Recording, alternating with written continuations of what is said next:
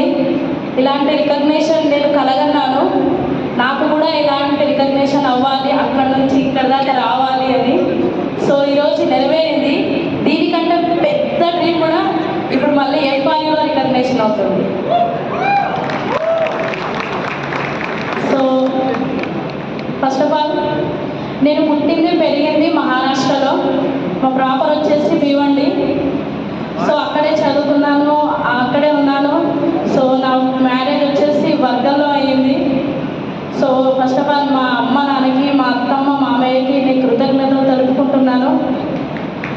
ఎన్నో ఆశలు పెట్టుకొని నేను ఈ తెలంగాణకు వచ్చాను. మహారాష్ట్రలో అక్కడ పెరిగింది మొత్తం చేంజ్, అక్కడ నా వాతావరణం. ఇక్కడికి వచ్చాక మొత్తం టోటల్గా చేంజ్ అయిపోయింది. ఒక పల్లెటూరుకి వచ్చేసాను. సో ఆ పల్లెటూరుకి వచ్చే వరకు మొత్తం మాట్లాడడం అనేది కూడా చేంజెస్. ఏమైనా ఏమడుగుతారంటే ఏం చేస్తావు, నీకు ఏం పని వస్తుందని ఇదే అడిగారు. అందరిపై ఎంత చదువుతున్నావు అని అడగకపోదు పల్లెటూరుకి వచ్చాక. సో ఎన్నో కళతో వచ్చాను, చాలా హ్యాపీగా వచ్చాను. కానీ అన్ని కళలు నాకైతే నెరవేరలేవు. చాలా అంటే చాలా ఆశలు పెట్టుకొని వచ్చా. సో ఎలా అంటే ఆస్తి పోరాడు ఆశ పారడు అనేలాగా ప్రతిదీ ఆశ ఉంటుండే. కానీ మా సార్ని నేను ఎప్పుడు అడిగినా వద్దు, ఇప్పుడు వద్దు, అవసరమా అవసరమా అనే ఒక పదం తెస్తుండే. సో అలాంటి పదం నేను చాలా విన్నాను నేను. సో అలాగే నేను కంటిన్యూ చేసుకుంటూ నేను స్వతహాగా స్టిచ్చింగ్ చేసుకునేదాన్ని, లేడీస్ ఎంపోరియం పెట్టుకునేదాన్ని. నాకంటూ ఒక ఇన్కమ్ ఉండాలి కదా అని ఒక 6 నుంచి 7 వేల ఇన్కమ్ తీసుకునేదాన్ని, అది కుట్టుకుంటూ అంతే. సో అలాంటి టైంలో 2018లో ద గ్రేట్ మా అప్లైన్ శ్రీనివాస్ స్వప్న మేడం మా ఇంటికి వచ్చి ఈ అవకాశం మాకు చూపించారు. సో చూపించిన క్షణంలో అశోక్ సార్ ఈ నిర్ణయం తీసుకున్న టైంలో నేను తనకి సపోర్ట్ ఇవ్వలేదు. ఎందుకంటే అంటే ఇలాంటి కంపెనీలు ఉండయో ఇలా ఇంట్లో ప్రోడక్ట్లు కొనుక్కుంటే డబ్బులు వస్తాయో ఎక్కడన్నా అని తనకి నెగిటివ్ ఇచ్చాను చాలా నేను. కానీ ఈరోజు ఈ పొజిషన్లో ఉన్నాము అంటే the great Vestige winning team platform వల్లనే. సో ఇక్కడ ఇంత సక్సెస్ తీసుకున్నాము అంటే మా అప్లైన్ వల్లనే, మా లైన్ ఆఫ్ స్పాన్సర్ అందరి వల్లనే ఈరోజు ఇంత పెద్ద అచీవ్మెంట్ తీసుకున్నాము. సో సార్ నాకు ఈ అవకాశం చూపించినప్పుడు తనకి నో అన్నాను. అట్లాగే 2 సంవత్సరాలు నేను మొత్తం నాది నెగిటివ్ మైండే. ఫస్ట్ మంత్ చెక్ మాకు 191 రూపాయలు వచ్చాయి. అది అలా ఒక 2,000 అయింది, 3,000 అయింది. ఒక 15,000 ఇన్కమ్ అయినా కూడా నాకు నమ్మకం ఉండకపోతుండే. ఎన్ని రోజులు వస్తాయి, ఇట్లే వస్తాయి, ఆయన ఎక్కడో పోతుంది అని ఒక మైండ్ సెట్. కానీ మా సార్ నన్ను ఒక మీటింగ్కి తీసుకొచ్చాడు. బొగ్గులగుంట పోటీలో నన్ను ఒక మీటింగ్కి తీసుకొచ్చిన టైంలో నేను అక్కడ ఒక గ్రేట్ పర్సన్ని చూసి నేను ఇన్స్పైర్ అయ్యాను. అది ఎవరంటే ద గ్రేట్ ఇంద్రవీర్ సార్ సతేంద్ర మేడంని చూసి. ఎందుకంటే ఇంత పెద్ద ప్రొఫెషనల్స్ చేస్తున్నారు, నేనేంటి అసలు, నేను చదువుకుంది ఇంటరు, ఇన్ని అనుమానాలు అవసరమా అని అలాంటి ప్రొఫెషనల్స్ని నేను చూసి నేను డిసైడ్ అయ్యి మా సార్కి ఆ రోజు నుంచి ఈ రోజు వరకు కలిసి పనిచేస్తున్నాము. సో కలిసి ఏదైనా సరే ఎలా చేయాలి, ఎక్కడ చేయాలి అనేది ప్రతీది నేను మా సార్కి ప్రతి దాంట్లో హెల్ప్ చేస్తున్నాను. నా జీవితం ఎన్నో కళలతో వచ్చాను కదా, ఇక్కడికి వచ్చాక అన్నీ నెరవేరాయి. నాకు 1,00,000 రూపాయలు తీసుకుంటాను అనేది ఎప్పుడు కలగనేదాన్ని. పెళ్ళికి ముందు నా హస్బెండ్ నాకు 1,00,000 రూపాయలు సంపాదించాలి, నా భర్త ఇట్లు ఉండాలి అని. సో ఈరోజు 1,00,000 కాదండి, నేను 10 లక్షల చెక్ తీసుకున్నాను. సో ఒక 10 లక్షల చెక్ అంటే అది ఒక సాఫ్ట్వేర్లకు ప్యాకేజ్, ఒక ఇయర్లీ ప్యాకేజ్. అది ఒక్కసారి గమనించుకోండి. మేము ఈరోజు సక్సెస్ వచ్చాం, కానీ దీని వెనకాల ఎన్ని కష్టాలు ఉన్నాయో అది మాకు తెలుసండి. మా అప్లైన్స్ కూడా మేము చెప్పుకున్నాం. ఎందుకంటే ఎంతోమంది మమ్మల్ని నో అన్నారు, ఎంతోమంది నో హేళన చేశారు. ఏంటి సబ్బులు అమ్ముకుంటారా, షాంపూలు అమ్ముతారా అని. నాకు 2 లక్షల చెక్ వచ్చినప్పుడు నేను బయటికి ప్లాన్లు చెప్తే నన్ను 70 నుంచి 80 మంది నో అన్నారు. నాకు చెక్ వస్తుంది అయినా కానీ నో అన్నారు. కానీ ఆ నో పదాన్ని నేను ఎప్పుడు సరే వీళ్ళు నో అన్నారు కదా, వీళ్ళు కాకపోతే ఇంకొకరు, వీళ్ళు కాకపోతే ఇంకొకరు, అలాగే కష్టపడుతూనే వచ్చాం. సో ఎంతమంది నో అనే పదం వింటారో అంత తొందరగా మీరు సక్సెస్ అవుతారు. సో నో అనే పదాన్ని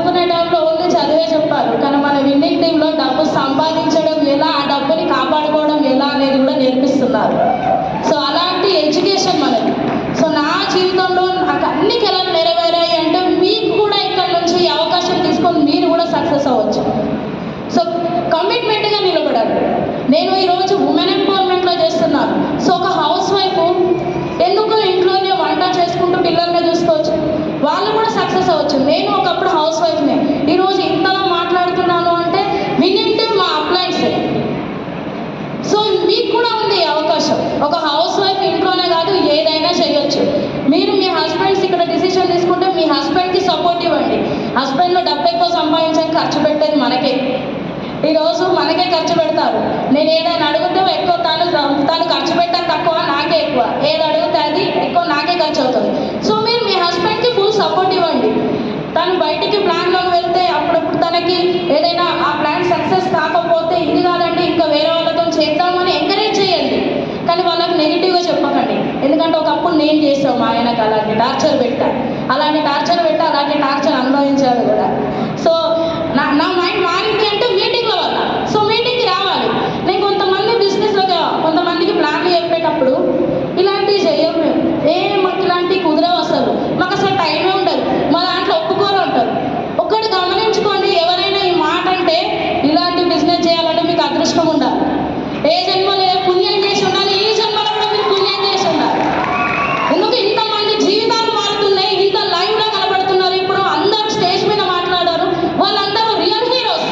మన సినిమానే చూస్తాం, ఇలా రియల్ హీరోస్ ఒక ఆర్డినరీగా వచ్చి ఎక్స్ట్రాడినరీగా అవుతున్నారు అంటే కేవలం వెస్టీజ్ విన్నింగ్ టీం వల్లనే.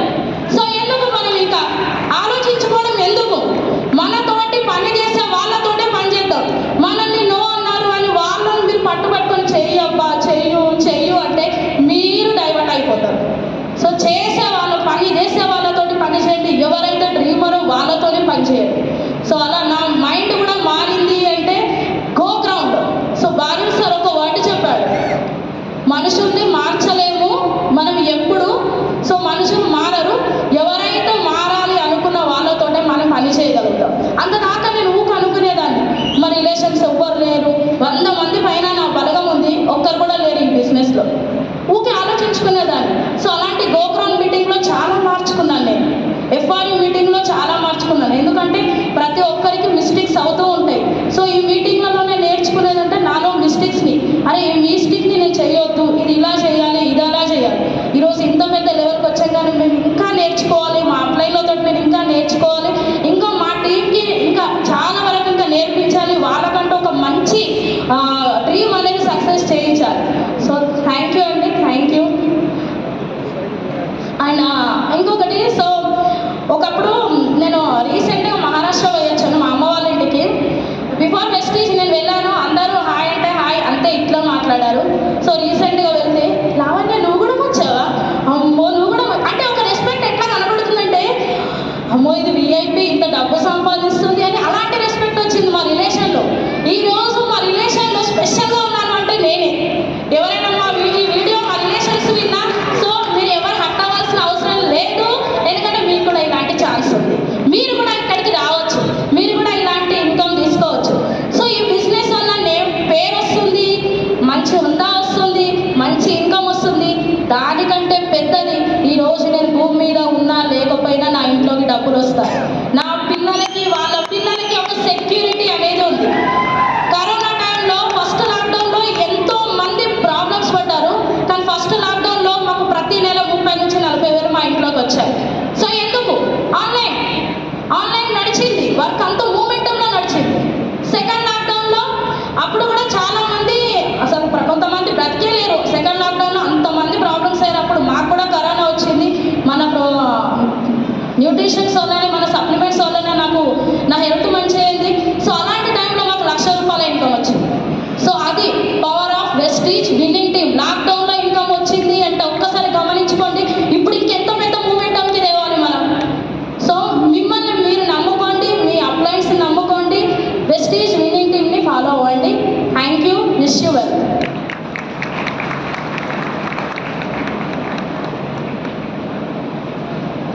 Yes one side good morning అండి. ఎస్ నా పేరు వచ్చేసి అశోక్, నేను ఒక బేసికల్లీ ఫోటోగ్రాఫర్ని. ఫస్ట్ ఆఫ్ ఆల్ నాకు ఈ అవకాశం ఇచ్చిన మా great uplines Srinivas sir and Swapna madam, so వాళ్ళకి ఎప్పటికీ నేను రుణపడి ఉంటానండి. సో అట్లాగే మా లైన్ ఆఫ్ స్పాన్సర్స్ ప్రతి ఒక్కరు కూడా.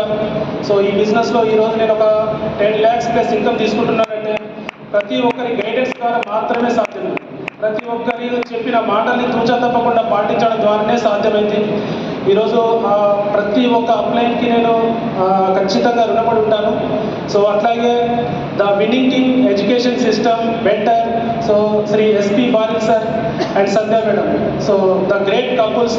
సో వాళ్ళు పెట్టిన ఈ ఎడ్యుకేషన్ ఏదైతే ఉందో, గైడెన్స్ ఉందో, సో దాని ద్వారా మాత్రమే ఈరోజు ఈ హైదరాబాద్లో, ఈ తెలంగాణలో ఇంత పెద్ద సక్సెస్ని మనం తీసుకుంటా ఉన్నాం. సో కాబట్టి ప్రతి ఒక్కరికి కూడా నా యొక్క కృతజ్ఞతలండి. సో ఒక 6 years బ్యాక్ కనుక బ్యాక్ వెళ్తే ఒక ఫోటోగ్రఫీ లైఫ్ అనేది నా లైఫ్. సో చాలా కష్టపడేవాడిని ఫోటోగ్రఫీలో. ఒక పెళ్ళి ఆర్డర్ తీసుకున్నా, ఒక రిసెప్షన్ ఆర్డర్ తీసుకున్నా, ఒక ఇంట్లో చిన్న ఒక సత్యనారాయణ కథ అయినా, స్టేజ్ మీద ఏదన్నా రికగ్నిషన్స్ జరిగిన ప్రతి దానికి ఒక ఫోటోగ్రాఫర్ లేనిది ఈరోజు లైఫ్ లేదు. కానీ 2000 తర్వాత ఎట్లా అయిపోయింది అంటే ప్రతి ఒక్కరి చేతిలోకి మొబైల్ రావడం అనేది మొదలైపోయింది. సో ఈ మొబైల్ ఎప్పుడైతే వచ్చిందో ఫోటోగ్రాఫర్లకి పని కూడా పెరిగింది. సో వాళ్ళు తీసేదే కష్టమైన పని, మళ్ళీ దానికి సపోర్టెడ్గా నాదొక ఫోటో తీయండి అని చెప్పేసి ఫోన్లు కూడా రావడం జరిగింది. సో ఈ ఫోన్స్ రావడం ద్వారా చిన్న చిన్న ఆర్డర్స్ అన్ని ఇంట్లోనే కంప్లీట్ చేసుకుంటున్నారు, ఓన్లీ పెద్ద ఆర్డర్లే. సో ఈ ఆర్డర్లు కూడా ఎట్లా ఉంటాయంటే లక్షల్లో ఖర్చు, ఇన్వెస్ట్మెంట్.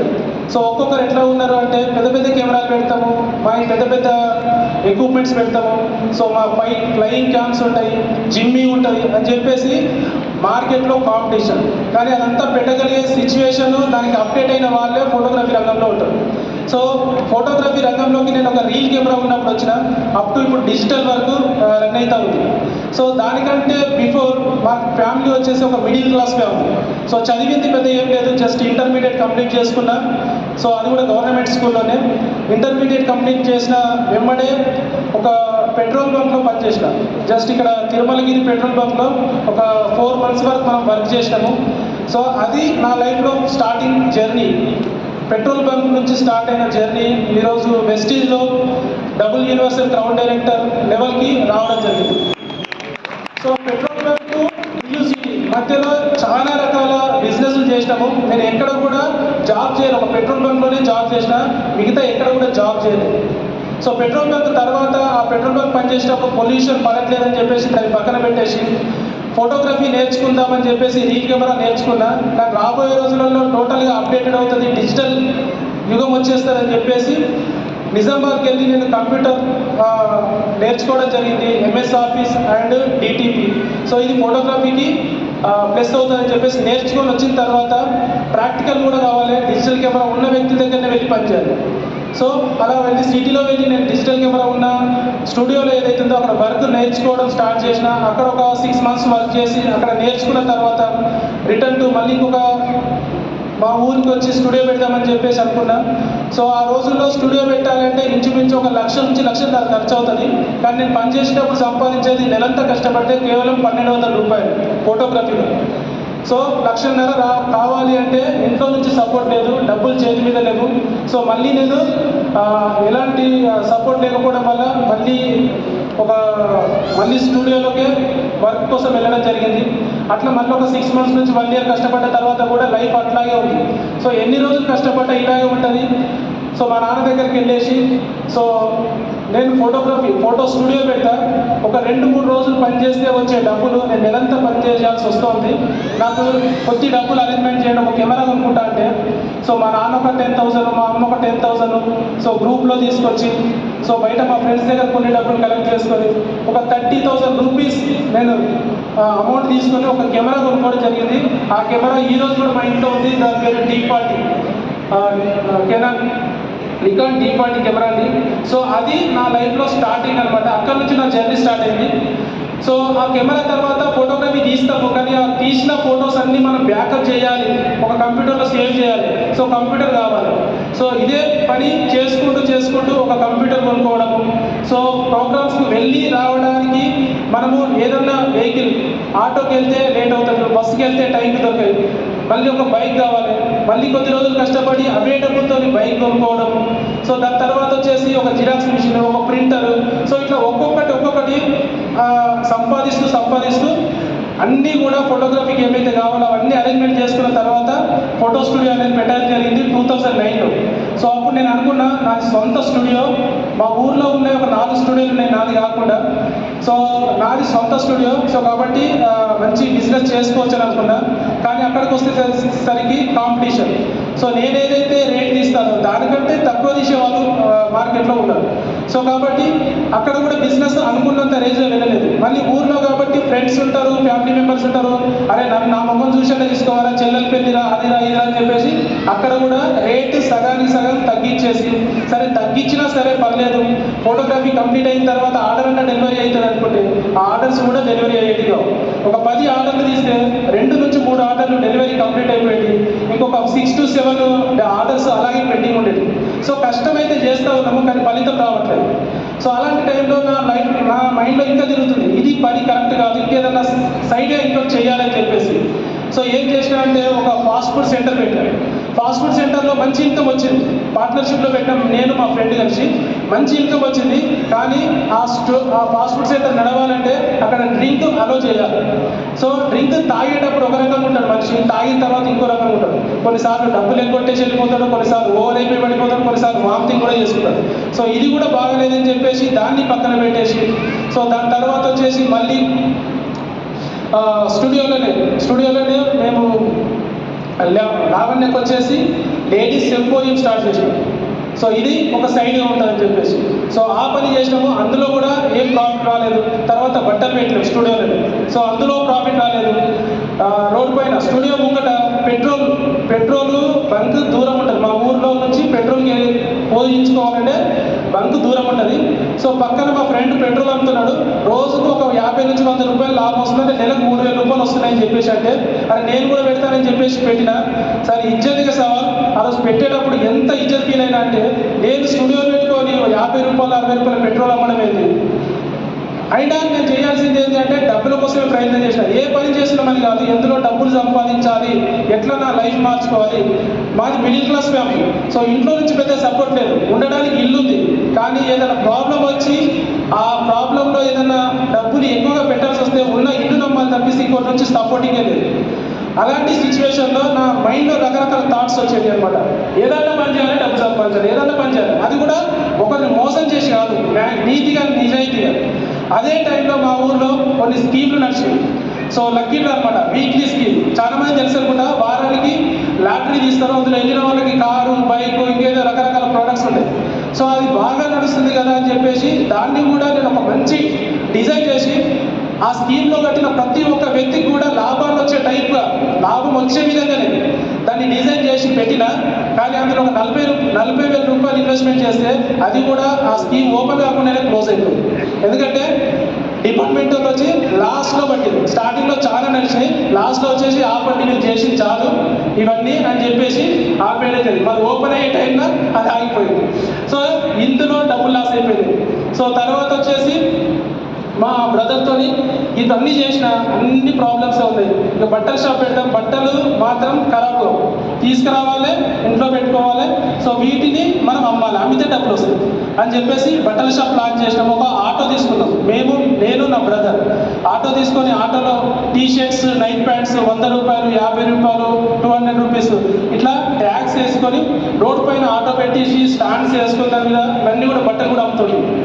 సో ఇలా మా జర్నీ జరుగుతూ ఉంది. ఇవన్నీ ఎందుకు చేస్తున్నామంటే నా ఫ్యామిలీ గురించి.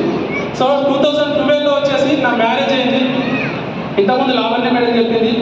సో ఆమె నన్ను పెళ్లి చేసుకునేటప్పుడు ఆమె ఎక్స్పెక్టేషన్స్ ఏముందో తెలియదు, వాళ్ళ ఇంట్లో వాళ్ళు ఆమెకి ఏం చెప్పారో తెలియదు, నన్ను పెళ్లి చేసుకుంటే ఆమె లైఫ్ ఎట్లుంటుందని చెప్పేసి ఆమెకు ఒప్పించారో తెలియదు. ఒక సిటీలో, బొంబాయిలో ఉన్న ఒక భీవండి, ఒక సిటీ లాంటి ప్రదేశంలో పెరిగిన అమ్మాయి ఒక పల్లెటూరుకు వచ్చి బుక్కు మొగం తెలియని పర్సన్ దగ్గరకు వచ్చింది. ఆమె లైఫ్లో ఏం ఆశించి వచ్చిందో తెలియదు, కానీ ఆమె లైఫ్లో అనుకున్న ఏదొక్కటి కూడా నేను చేసే పని ద్వారా తీర్చలేకపోయింది. పెళ్ళైన కొత్తలో ఒక డ్రెస్ కొనుక్కుంటానంటే 1500 రూపీస్ ఇచ్చిన అదే 1500 రూపాయలు హైయెస్ట్, అంతకంటే ఒక్కసారి కూడా ఇచ్చింది లేదు. అది స్టార్టింగ్లో. సో అయినా నన్ను అర్థం చేసుకుంది. సో అనుకోవచ్చు నేను కూడా కష్టపడుతున్నా, కానీ ఫలితం లేకుండా పోతుంది. ఒక కెమెరా ప్రాబ్లం ఇస్తే లక్షల రూపాయలు ఖర్చు, కంప్యూటర్ ప్రాబ్లం ఇస్తే ₹1,00,000 ఖర్చు అవుతూ ఉంటాయి. కొత్త కొనుక్క రావాలంటే ₹1,00,000 పెట్టుబడి. సో ఇది జరుగుతున్న సిచ్యువేషన్లో 2018లో వచ్చిందండి ఒక అదృష్టం అనుకోవాలి. సో దేవుడు ఇన్ని ప్రాబ్లమ్స్ ఎందుకు పెట్టిందంటే ఇది నీ లైఫ్ కాదు, ఇది నీ లైఫ్ కాదు, నువ్వు ఇంకొంతమంది కోసం పనిచేసేది ఉంది, ఇంకొంతమంది జీవితాలు మార్చాల్సింది ఉంది అని చెప్పేసి నాకు ఒక ముఖం తెలియని పర్సన్ ద్వారా ఈ అవకాశాన్ని ఇచ్చాడు. ఈ అవకాశం ఒక ముఖం తెలియని పర్సన్ ద్వారా వచ్చింది. కానీ అవకాశం అయితే వచ్చింది, కానీ డిసిషన్ ఎవరు తీసుకోవాలి? డిసిషన్ ఎవరు? పని చేయాల్సింది ఎవరు? అది నా పైన ఉంది. సో ఆలోచించిన ఇన్ని రకాల పనులు చేసినా ఈ పని ఎందుకు చేయకూడదు? ఈ పనిలో 2-3 విషయాలు నాకు బాగా కనెక్ట్ అయినాయండి. ఒకటి అన్లిమిటెడ్ ఇన్కమ్, రెండోది సెక్యూరిటీ. ఈరోజు ఎంతమందికి మీరు చేస్తున్న పనిలో సెక్యూరిటీ లైఫ్ అనేది ఉంది? నా ఫ్యామిలీని నేను ప్రేమిస్తా, నా భార్యని ప్రేమిస్తా, నా పిల్లల్ని ప్రేమిస్తా, నా తల్లిదండ్రులను ప్రేమిస్తా, వాళ్ళు హ్యాపీగా ఉండాలని చెప్పేసి నేను కోరుకుంటా. కానీ నేను లేనప్పుడు వాళ్ళ హ్యాపీనెస్ ఎలా ఉంటుంది? చూడండి, కరోనా టైంలో ఎంతమంది జాబ్ చేసే వాళ్ళకి జాబ్ పోయింది, బిజినెస్ చేసే వాళ్ళకి బిజినెస్ లాస్ అయింది, డబ్బులు సంపాదించే వాళ్ళు సంపాదన ఆగిపోయింది. కానీ ఇంట్లో ఈఎంఐ ఖర్చు తగ్గిందా? ఇంట్లో తినేదానికి ఖర్చు తగ్గిందా? ఏ ఖర్చు తగ్గింది? హాస్పిటల్ ఖర్చు తగ్గిందా? పిల్లల స్కూల్ ఫీజులు తగ్గినా? ఎక్కడ కూడా ఖర్చు మైనస్ అవ్వలేదు, వచ్చే ఇన్కమ్ మైనస్ అయ్యింది. సో అలాంటి ఇన్కమ్ ఇక్కడ వెస్టేజ్లో పనిచేస్తే 1 to 2 years, 1 నుంచి 2 సంవత్సరాలు పనిచేస్తే మీ యొక్క లైఫ్ సెక్యూర్ లైఫ్ వెళ్ళిపోతుంది. కానీ చాలామంది మైండ్లో ఉండే మైనస్ పాయింట్ ఏంటంటే ఇలాంటి వ్యాపారం అంటే ఇలాంటి బిజినెస్లు నమ్మించి మోసం చేస్తారు. ఎందుకు నమ్మించి మోసం చేస్తారు? నమ్మేటప్పుడు మనం తెలుసుకోవచ్చా లేదా? ఇక్కడ మనం డబ్బులు కడతా ఉన్నామా? ఎవరైనా డబ్బులు కట్టమని చెప్పారా? డబ్బులు కట్టేది లేదు, కట్టిపించేది లేదు. ఎట్లా మోసపోతావు? పని చేయకపోతే మోసపోతావు. అవకాశాన్ని తీసుకొని నువ్వు ఇంట్లో కూర్చుంటే నువ్వు మోసపోతావు. నీకు వచ్చిన అవకాశాన్ని మోసపోయేది నువ్వే. నువ్వు ఈరోజు డిసిషన్ తీసుకొని రోజుకు 2 గంటలు 3 గంటలు నువ్వు పని చేయగలిగితే 2 సంవత్సరాలు చూడండి, మీ life 100% before wastage, after wastage. ఇది గ్యారంటీ. ఇందులో దీనికి చప్పట్లు కొట్టచ్చు. సో కొత్త వాళ్ళు అర్థం చేసుకోవాలి, ఇది ఎంతో అదృష్టం ఉంటే వచ్చే బిజినెస్, ఎంతో అదృష్టం చేసుకుంటేనే వచ్చే బిజినెస్. మీ వరకు వచ్చింది అంటే. కానీ చెప్పే పర్సన్కి ఏదో లాభం వస్తుందని చెప్పేసి ఆలోచించే వాళ్ళు చాలామంది ఉన్నారు. అలా ఆలోచించే వాళ్ళు మన చుట్టుపక్కలనే ఉంటారు. ఫస్ట్ ఆపర్చునిటీ తీసుకున్న తర్వాత ఒక ఫ్రెండ్కి చెప్పిన, ఆ ఫ్రెండ్ ఏమన్నా అంటే ఇందులో డబ్బులు రావు, నీకు వచ్చినప్పుడు నేను ఆలోచిస్తాను చెప్పేశాను. ఫస్ట్ మంత్ నాకు ఇన్కమ్ ₹191 వచ్చింది. చూపించాను, నమ్మలేదు. ₹191 కోసం నేనంతా కష్టపడ్డావు పిచ్చోడుగా అని చెప్పేసి నన్ను రిటర్న్ ఆన్సర్ చేసి పంపించిన వ్యక్తి. సో దాని తర్వాత ఇంకా పెద్ద ఇన్కమ్ వస్తే బాగుంటుందేమో అని చెప్పేసి మళ్ళీ తర్వాత వెళ్ళాం. ఒక 6 నెలల తర్వాత కూడా కలిసి చెప్తే అప్పుడు ఒక ₹10,000 వరకు ఇన్కమ్ ఉంది అని చెప్పినాం అనుకోండి. అప్పుడు కూడా అతని నుంచి వచ్చే ఆన్సర్ ఏంటంటే నువ్వు కష్టపడుతున్నావు కదా, నీలాగా నేను చెప్పలేను, నీలాగా నేను కష్టపడలేను అని చెప్పేసి దాని నుంచి సమాధానం. అంటే చెయ్యని వ్యక్తి 100 కారణాలు చెప్తాడు, చేసే వ్యక్తి ఏదైతే చెయ్యాలనుకుంటున్నాడో, తను ఏదైతే సంపాదించాలనుకుంటున్నాడో దాన్ని మాత్రమే చూస్తాడు. సో కాబట్టి అట్లాంటి వ్యక్తుల్ని నేను పక్కన పెట్టాను. సో సార్ చెప్పిన మాట నిజమే. సో మనము గుర్రాలను వెతకాలి, గాడిదల్ని కాదని చెప్పేసి అన్నాడు. ఇది గౌతమ్ బాలిసా చెప్పింది. గుర్రాలని వెతకాలి, గాడిదని గుర్రాలను ఎట్లా చేస్తామా? గుర్రాలని వెతకాలి అంటే బిజినెస్ చేసే వాళ్ళని మనకు ఆపర్చునిటీ ఇవ్వాలి, లైఫ్లో సక్సెస్ అవ్వాలి అనే వాళ్ళకు ఆపర్చునిటీ ఇవ్వాలి. సో అది. సో గుర్రాలలో కూడా రేస్ గుర్రాలు ఉంటాయి, పెళ్లిలో కూడా గుర్రాలు ఉంటాయి, టిక్ అనుకుంటే ఏరే గుర్రాలు ఉంటాయి. సో అవి గుర్రాలు కాదు, రేసు గుర్రాలు కావాలి, పందెంలో పాల్గొనే గుర్రాలు కావాలి. అంటే నా గురించి నేను పనిచేస్తాను, నా ఫ్యామిలీ గురించి పనిచేస్తా, ఎన్ని కష్టాలు వచ్చినా నేను ఫేస్ చేస్తా అని చెప్పేసి గుర్రాలు లాంటి వ్యక్తులు కావాలి. అలాంటి వ్యక్తులు ఎంతమంది కావాలండి? వెస్టేజ్ కేవలం 6 మంది. కేవలం 6 మంది ఈ బిజినెస్లోకి వస్తే మీ లైఫ్ ₹10 లక్షల ఇన్కమ్ గ్యారంటీగా తీసుకుంటారు. ₹10 లక్షల ఇన్కమ్ ఇది ఈ బిజినెస్లో ఉంది. కానీ మనం చూసేది అది కాదు. సో ఒక చిన్న స్టోరీ చెప్తానండి, ఎందుకంటే ఇచ్చిన టైం తక్కువ, మాట్లాడాలంటే ఇంకా చాలా ఉంది, మాట్లాడలేము. సో ఒక చిన్న స్టోరీ. ఈ రోజులలో బిజినెస్ని ఎలా చూస్తున్నాం, మన నెట్వర్క్ మార్కెట్ని ఎలా చూస్తున్నారంటే, ఇప్పుడు రోడ్డు మీద ఒక వెహికల్ వెళ్తాము, ఒక బస్సు అనుకోండి రోడ్డు మీద వెళ్తూ ఉంది. సో ఆ రోడ్డు పైన వెళ్ళేటప్పుడు ఆ రోడ్డు మీద ఒక 10 మంది వ్యక్తులు 10 మంది పిల్లలు ఆడుకుంటూ ఉన్నారు. అక్కడ ఆడుకుంటూ ఉన్నారు, రోడ్డు పైనే ఆడుకుంటున్నారు. సో ఒక వ్యక్తి మాత్రం పార్కులో ఆడుకుంటూ ఉన్నాడు, పార్కులో పక్కపండి పార్కులో. బస్సు స్పీడ్గా వస్తుంది కానీ సడన్లీ దాని యొక్క బ్రేక్స్ ఫెయిల్ అయింది. సో ఈ బస్సు ఖచ్చితంగా డాష్ ఇవ్వాల్సింది. ఇప్పుడు ఈ 10 మంది వ్యక్తుల మీద కన్నా ఎక్కియాలి, ఆ ఒక్క పిల్లల మీద కన్నా వ్యక్తికి ఎక్కియాలి బస్సు. 100% ఇక్కడ 10 మంది అయినా చనిపోతారు, అక్కడ ఒక్క వ్యక్తి అయినా చనిపోతారు. సో కామన్గా ఆలోచించండి. సో ఎవరిని కాపాడదాం? 10 మందిని కాపాడదామా, ఒక్క వ్యక్తిని కాపాడదామా? ఏదంటున్నారు? 10 మందిని కాపాడొచ్చా, ఒక్క వ్యక్తిని? 10 మందిని. సూపర్. 10 మందిని కాపాడాలనే వాళ్ళు ఎంతమంది ఉన్నారండి? Wow, super super. ఎస్. ఒక్క వ్యక్తిని కాపాడేవాళ్ళు? Yes yes. ఇది స్టోరీని ఒకసారి గమనించండి. 10 మందిని వ్యక్తుల్ని ఎందుకు కాపాడాలి? వాళ్ళు రాంగ్ సైడ్ రోడ్డు పైన ఆడుకుంటున్నారు. మరి ఒక వ్యక్తి సెక్యూర్గా పార్కులో ఆడుకోవాలి అనే దాన్ని పార్కులోనే ఆడుకుంటున్నారు. అతన్ని ఎందుకు చంపాలా? కరెక్టేనా? ఆ ఒక్క వ్యక్తిని చెప్పి 10 మందిని ఎందుకు బతికించాలా? వీళ్ళు రాంగ్ రూట్లో ఉన్నారు కదా.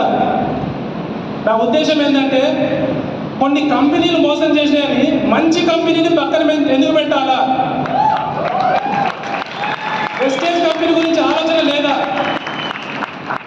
వెస్టేజ్ కంపెనీలో ఇంతమంది సక్సెస్ అవుతున్నారు. మేము బిజినెస్లోకి వచ్చినప్పుడు ఒక్క సక్సెస్ కూడా చూసింది లేదు. కార్లు లేవు, లక్షల రూపాయల ఇన్కమ్ లేదు, స్టోర్లు లేవు. ఎడ్యుకేషన్ విందాము అంటే నాకు తెలియవచ్చు, హిందీ రాదు, మొత్తం హిందీలో ఎడ్యుకేషన్ ఉంది.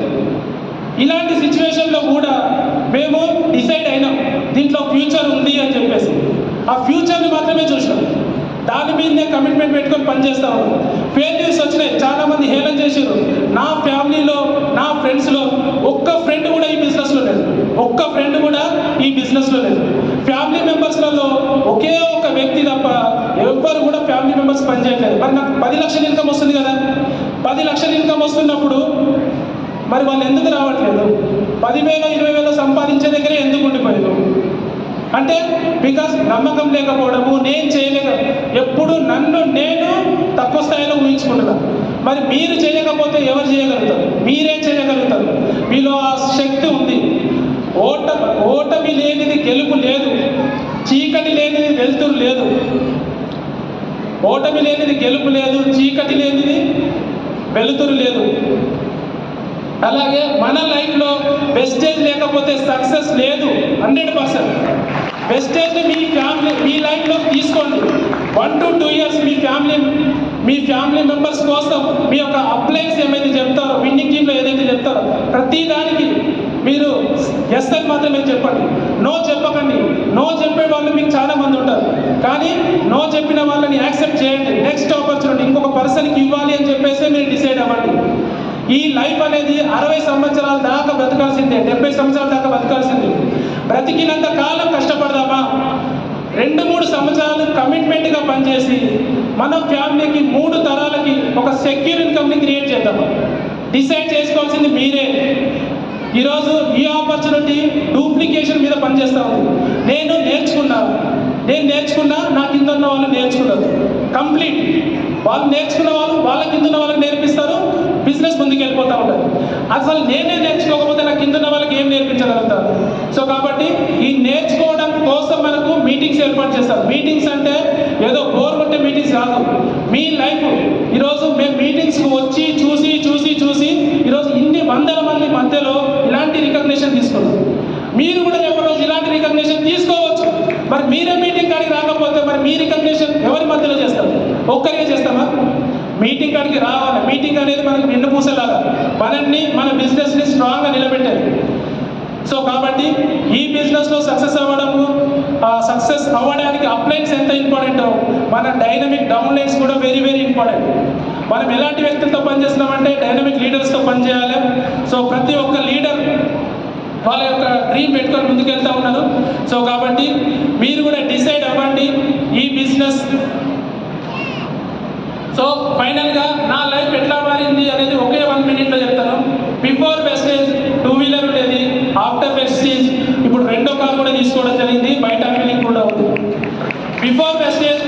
చిన్న రూమ్లో నివసించేవాడిని. ఈరోజు వచ్చేసి 2 BHK అపార్ట్మెంట్లో ఉండడం జరుగుతూ ఉంది. 1 CRతో కొనుక్కోవడం జరిగింది ఆఫ్టర్ వెస్టర్న్ తర్వాత. సో ఈరోజు 10,000 రూపాయలు 15,000 రూపాయలు సంపాదించి దాన్ని లెక్కలు రాసే వ్యక్తిని ఈరోజు 10 లక్షల రూపాయలు ఇన్కమ్ పర్ మంత్ సంపాదించే స్థాయికి తీసుకొచ్చింది.